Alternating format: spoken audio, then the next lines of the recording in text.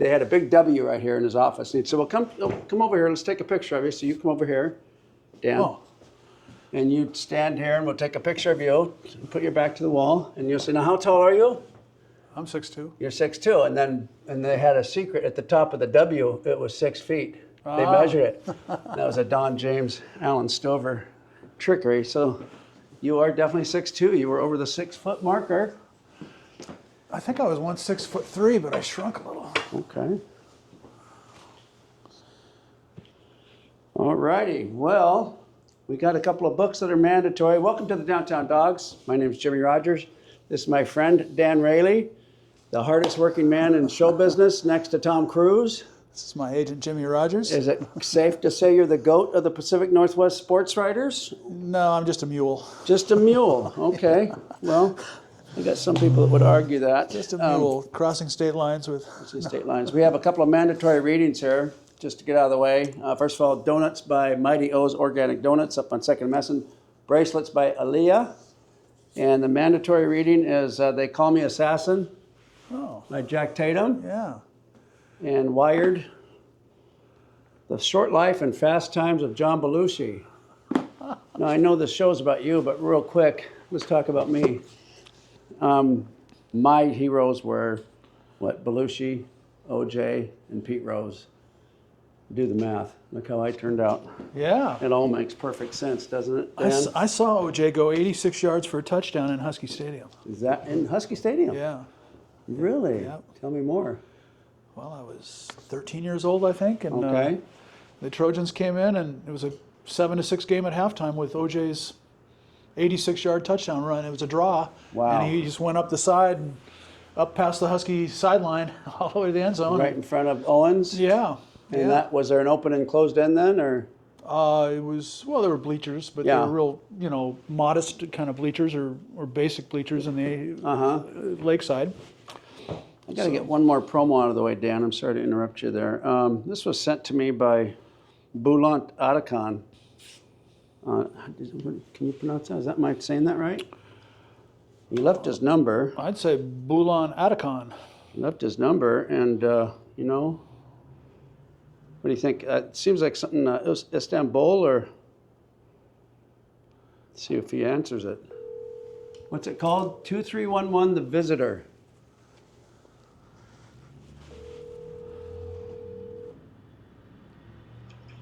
Merhaba Jimmy. Ne yapıyorsun? Is this Boulant Atakan?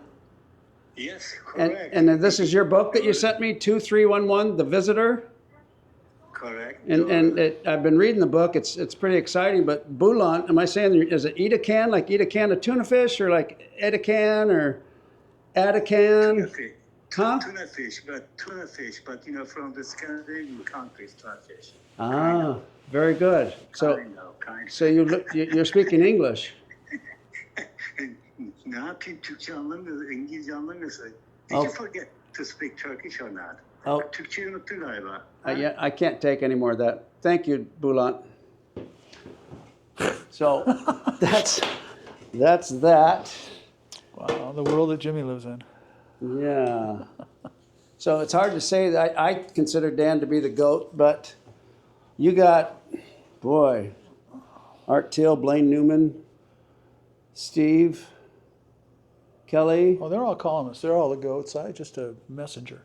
Dick Rotney. Yeah, They were all Rotney. older than you. Yeah. Well, who's left? I mean, you're the last of the Mohicans then? Well, I'm the last of my generation that's still hanging on out there, and Okay. it's kind of weird. Yeah. It's hard not to give the GOAT to Jack. Right. Jack was good. Jack Smith was fantastic, wasn't he? Yes, he We was. talked a lot about him. So, let's talk about the Oregon game. What do you want to know? Well, it looked to me like we were playing an NFL line, offensive line, defensive line. I'm playing a really good college line, and Yeah. Washington doesn't have one of those. Doesn't mean that he won't make that happen, but they've got a lot of work to do to fix both of those lines. You know, they weren't competitive, and they weren't competitive at Penn State, and certainly not at Oregon, and probably not at Iowa. So they're a big step behind everyone. And here's the example the stat that I found over the weekend is the Huskies gave up 10 sacks in 4 quarters. Last year they gave up 12 in 14 games. Must have been a record. Yeah, it was for Oregon. It was a record for sacks in a game. Yeah. I don't, Huskies don't keep records of how many times they get sacked. And so the state of Husky football, and we had a national title in 60, 61, Right. 90, 91, 30 91, years. yeah. We went to the game last year. Yeah, so it'll be another 30 years. And So we might not be around to see another national title. you just don't know about college football these days Yeah. because the money and the portal is evening everything out. Mm-hmm. I mean, that's why Vanderbilt goes in and beats Alabama. That's why Northern Illinois beat Notre Dame. I mean, there are a lot of upsets this year. So there's no real prediction on. No, but people are really unhappy that are in the middle of the road, and that's why they're starting to fire coaches like crazy because there's so much money invested in all this now. So much money. I heard that a kid that committed to LSU flipped to Michigan for $10.5 million. Something like that, yeah.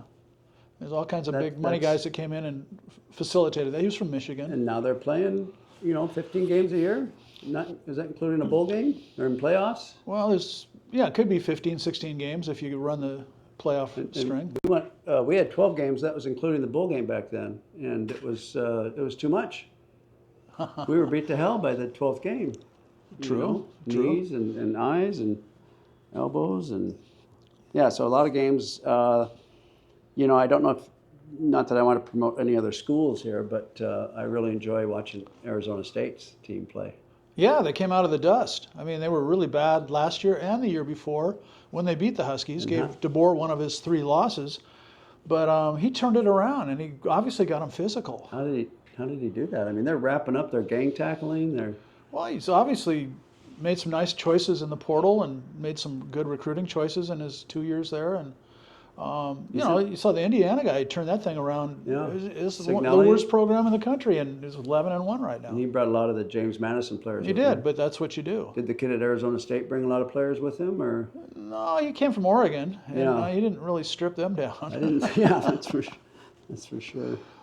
Interesting. But I mean, Tempe's a cool place to go if you're a college kid. Right. I mean, it's got sunshine. Oh, absolutely. Yeah. Everybody walking around in shorts and It's a party. t-shirts. It's a party school. It definitely is a party school. Yeah.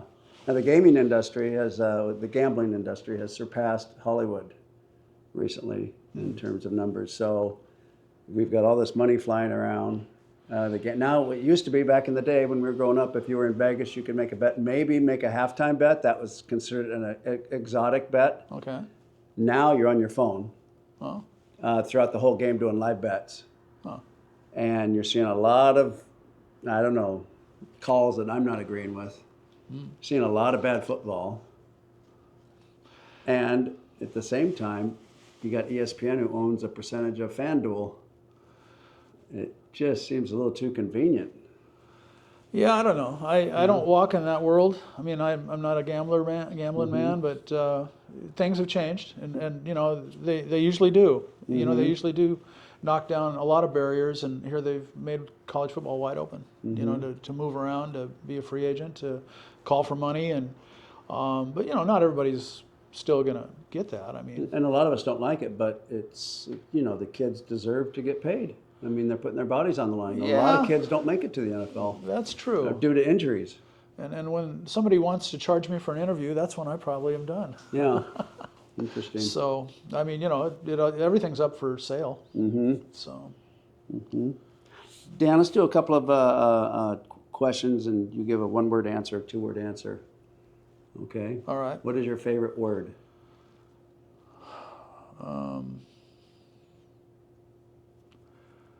Well, you can't say it on the air. Yeah. Well, we're going to come back to what's your favorite cuss word. So it's the same word? Your favorite word and your favorite cuss word? No, it's not. But I'm a word man. So yes, you are. I don't know if I could narrow it down to one word.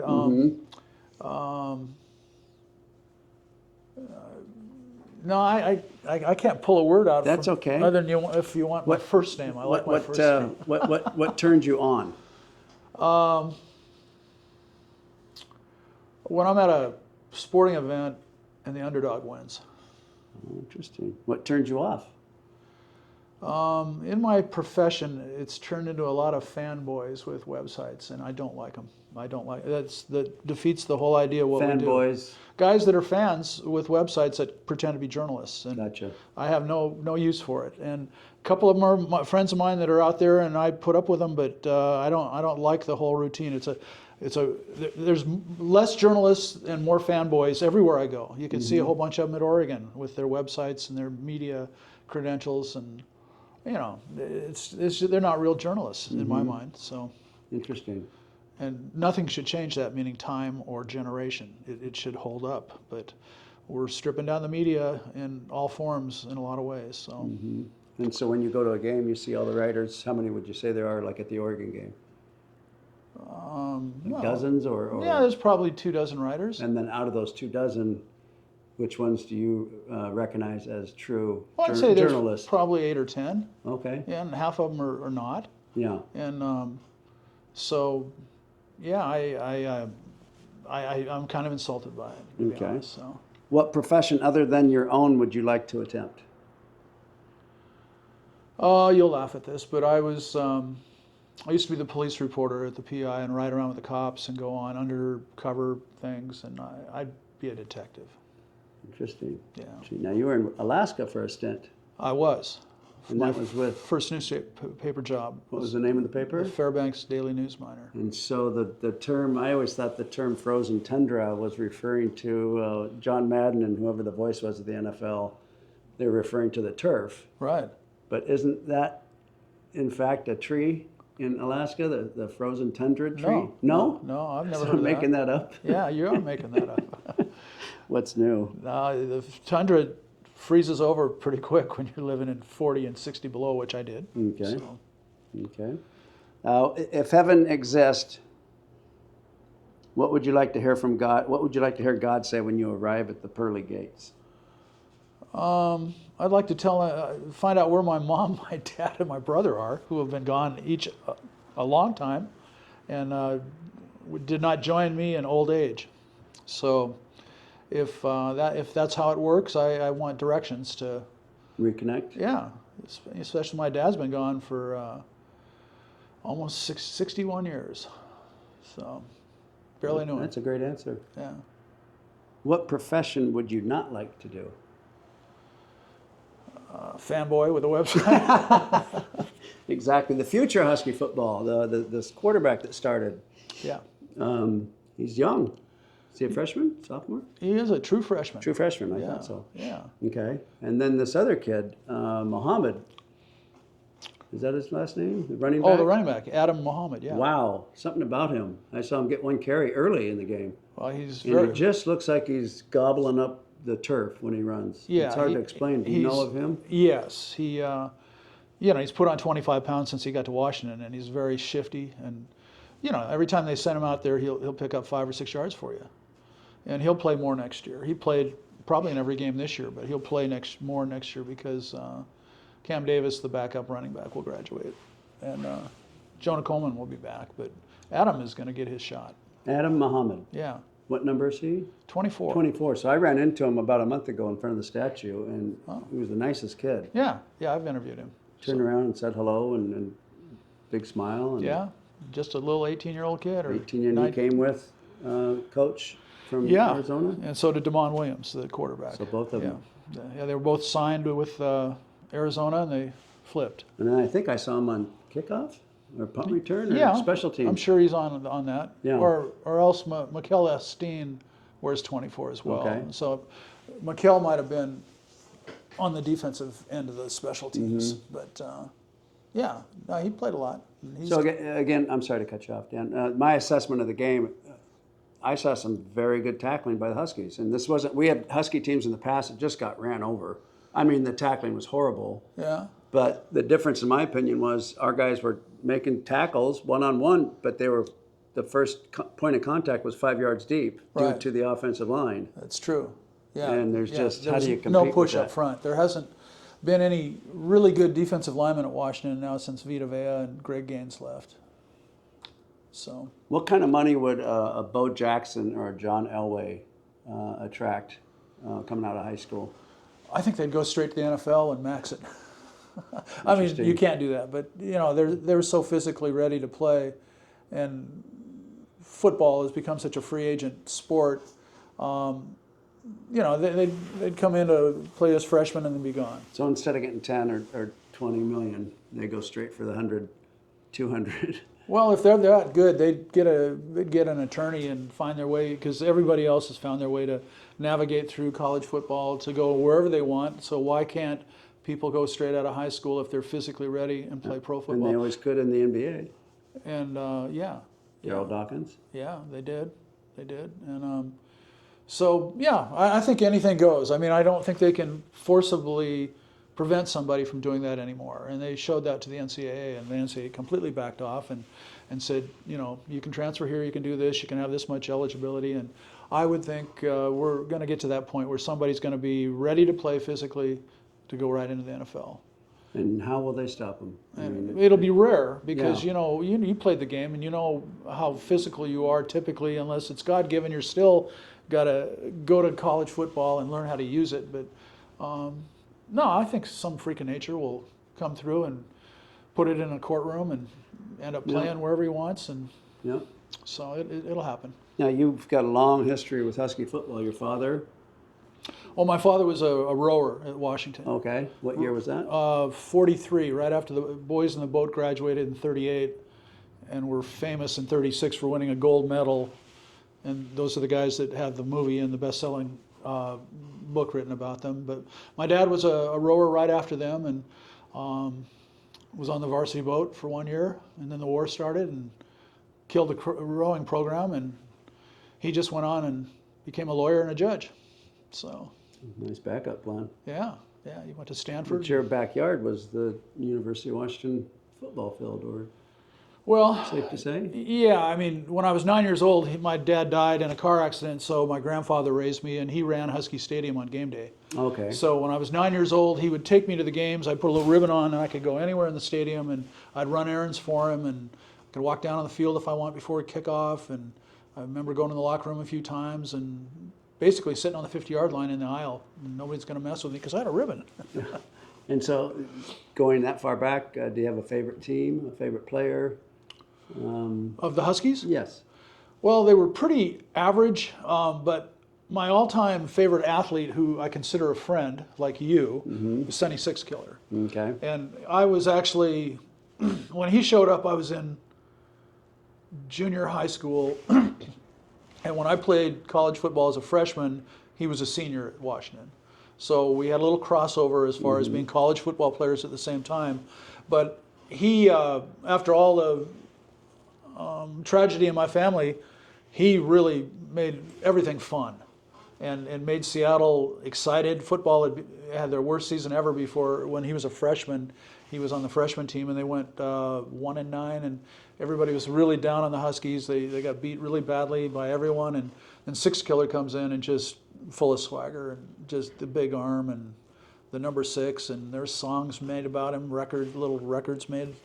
And Cover of Sports Illustrated. Yeah. Probably one of the best covers ever, Probably, yeah. with the 6 and the 6 killer. And Yeah. he was my hero coming out of Ashland. Yeah, so I'd say, I mean, when I was 12 years old, I was on a basketball team, and we had a Husky football player as our coach, because it was basketball season. Right. And he was a starting offensive tackle and from Hawaii, and so, you know, I looked up to him, but he wasn't my, say, favorite athlete. That was Sonny Sixkiller, because he was so good, and you know, he came around at the right time when I needed something to feel positive about. So never beat USC, but other than that, That's a great story. yeah. It's a fantastic story. Well, it looks like Cinderella is looking for a nightgown, which means we're coming to an end of the show. And thank you very much for coming on, Dan. I appreciate it. Yeah. Great deal. Yeah, well, anything for Jimmy. Yeah, thank you everybody for watching. I don't think I really care if you follow or I'm not doing this for money or for fame or awards. I'm doing it for all three, actually. So stay tuned. And from the heart of Seattle, Washington, I'm Jimmy Rogers with the Downtown Dogs and our guest, Dan Raley. Thank you very much. All right. Okay.